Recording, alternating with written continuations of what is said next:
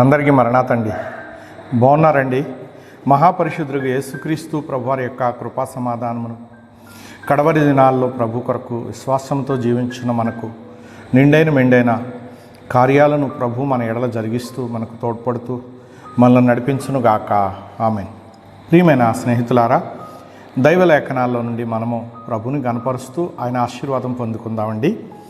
దేవుని కృపను బట్టి కీర్తన గ్రంథము 94వ అధ్యాయము 13వ వచనాన్ని మనము చూచినట్లయితే గనక, నీతిమంతుల కష్టదినములను పోగొట్టి వారికి నెమ్మది కలుగుజేయుదువు అని ఇక్కడ దేవుడు చేసిన ఉపకారాలను తలంచుచు భక్తుడు సెలవిస్తున్న మాట మనము చూడగలిగాము. ప్రియ స్నేహితులారా, మహాపరిశుద్ధుడైనటువంటి ప్రభువారు నీతిమంతుల యొక్క కష్టదినములన్నింటినీ కూడా ఆశీర్వాదకరంగా మార్చేసేవారుగా ఉన్నారు. ప్రియులారా, వారు పడుతున్న కష్టాలను దేవుడు చూస్తున్నాడు. ఎందుకంటే దేవుని కనుదృష్టి నీతిమంతుల మీద ఉన్నది. దేవుని యొక్క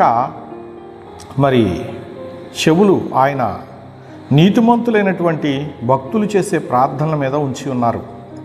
ప్రియ స్నేహితులారా, ఎవరు నీతిమంతులు అని మనం చూసినట్లయితే చెడుగు మాని మంచి పనులు చేయవారు నీతిమంతులు. మనస్సును మార్చుకొని దేవునికి భయపడుతూ లోకములో ఉన్న మనుష్యులను, అనగా దేవుని పోలికలో ఉన్న మనుషుల ఎడల ప్రేమ, జాలి, దయ, కనికరము కలిగి జీవించుచున్నటువంటి వారే నీతిమంతులు. ప్రియులారా, అట్టి వారిలో ప్రథముడు అబ్రహాము గారు. ఎందుకంటే ఆయన గురించి లేఖనంలో వ్రాయబడింది, అబ్రహాము దేవుని నమ్మెను, అది అతనికి నీతిగా ఎంచబడెను అని వ్రాయబడి ఉన్నది. ప్రియులారా, అందుకే దేవుడు ఆయనకి ఇచ్చిన వాగ్దానము, సంతానం అన్నదే లేనప్పుడు దేవుడు ఆయనకి వాగ్దానం చేసి సంతానమిస్తాను అని ఆయన సెలవిచ్చారు. ఆ సంతానమును ఐగుప్తు దేశంలోనికి తీసుకుని వచ్చి ఆయన ఒక 400 సంవత్సరాల పాటు వారు శ్రమను అనుభవించేటట్లుగా వారు వేదన పడతారని ముందుగానే అబ్రహాము గారికి దేవుడు వాగ్దానం చేశాడు. ఆ ప్రకారంగా ఐగుప్తు దేశంలోనికి యాకోబు గారి యొక్క సంతానము యాకోబుతో పాటుగా ఆయన ప్రవేశించారు. ప్రియమైన స్నేహితులారా, వారు 70 మంది అక్కడ ప్రవేశించి అభివృద్ధి చెంది ప్రభువు కృపలో విస్తరించారు. వారిని ఐగుప్తు నుండి బయటికి తీసుకొచ్చేసరికి దేవుని చేత ఆశీర్వదించబడిన ఈ ప్రజలు 6 లక్షల కాల్బలము అని వ్రాయబడి ఉన్నది. ప్రియులారా, అలాగును వారు ఆశీర్వదించబడుట చూసి ఆ దేశాన్ని పరిపాలించేటటువంటి రాజు అసూయపడి ఎన్నో శ్రమలకు గురి చేశాడు, ఎన్నో కష్టాలు వారికి కలుగజేశాడు. అన్నింటినీ వారు సహిస్తూ మూలుగుతూ దేవునికి విజ్ఞాపన చేయగా, వారి మూలుగులను విన్న మహాపరిశుద్ధుడైనటువంటి దేవుడు నీతిమంతులైన వారి పితరులకు చేసిన వాగ్దానమును జ్ఞాపకం చేసుకొని ఆయన మోషే గారితో మాట్లాడారు.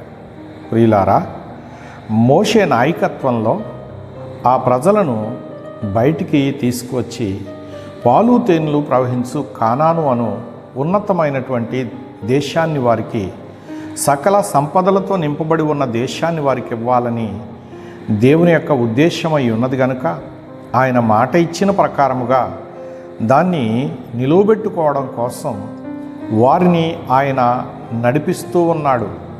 మోషే నాయకత్వంలో పగటివేళ మేఘస్తంభంలో, రాత్రివేళ అగ్నిస్తంభంలో ఉండి వారికి చీకటి భయం లేకుండా వెలుగునిస్తూ, వారికి ఎండ వేడిమి వలన కలిగే ఆపద రాకుండానట్లు ఆయనే మేఘస్తంభంలో ఉండి వారిని నడిపిస్తూ ఉన్నాడు.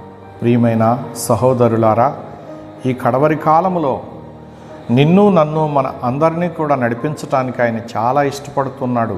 మనము ఆయన్ని ఆరాధించే నీతి కలిగిన వారిగా ఉండాలి. ఏ కష్టం వచ్చినా ప్రార్థించే నీతి మనము కలిగిన వారిగా ఉండాలి. మోషే గారు ఆ ప్రజలను నడిపించేటప్పుడు ఆ ప్రజలు అప్పుడప్పుడు దాహం వేసినప్పుడు, ఆకలి వేసినప్పుడు, ఆపద వచ్చినప్పుడు వారు దేవుని వైపు చూసేవారు కాదు. మోషే వైపు చూసేవారు. మోషే దేవుని వైపు చూసేవాడు. మోషే గారికి దేవునిని అడిగి దేవునికి ప్రార్థించి పొందుకోవడం బాగా అలవాటు. గనుక మోషే గారు ప్రార్థించగా దేవుడు మోషే గారితో మాట్లాడి వారి ప్రతి అవసరాన్ని తీర్చాడు. ఎర్ర సముద్రాన్ని పాయలు చేశారు.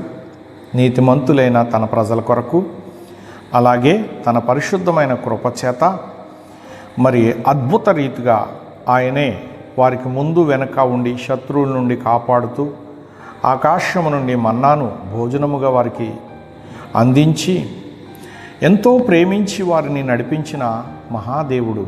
ఆయన ప్రేమను పొందాలి అంటే మనము ఆయన నీతిని కలిగి ఉండాలి. అంటే నిన్ను వలే నీ పొరుగువారిని ప్రేమించుము అని ధర్మశాస్త్రంలో వ్రాయబడినట్లు.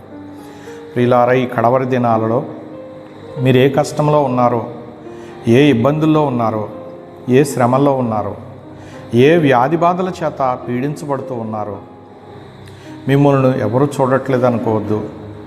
మహాపరిశుద్ధులకు ప్రభు చూస్తూ ఉన్నారు. మిమ్మల్ని రక్షించటానికి ఆయన హస్తం కొరచకాలేదు. ఆయన మిమ్మల్ని రక్షించటానికి తన మహిమగల హస్తాన్ని చాపుతూ ఉన్నారు. గనుక ఆయన వైపు చూడండి, ఆయన నీతిని ఆశ్రయించండి, ఆయన చేసే ఉపకారాలను పొందండి. ఆయన అపకారి కాదు, అందరికీ ఉపకారి. గనుక యావ సృష్టిని చేసిన ప్రభువారు సృష్టిలో సకల జీవరాశులను ఆయన పోలికలో చేసిన మానవులను రక్షించుకోవడమే ఆయన పని.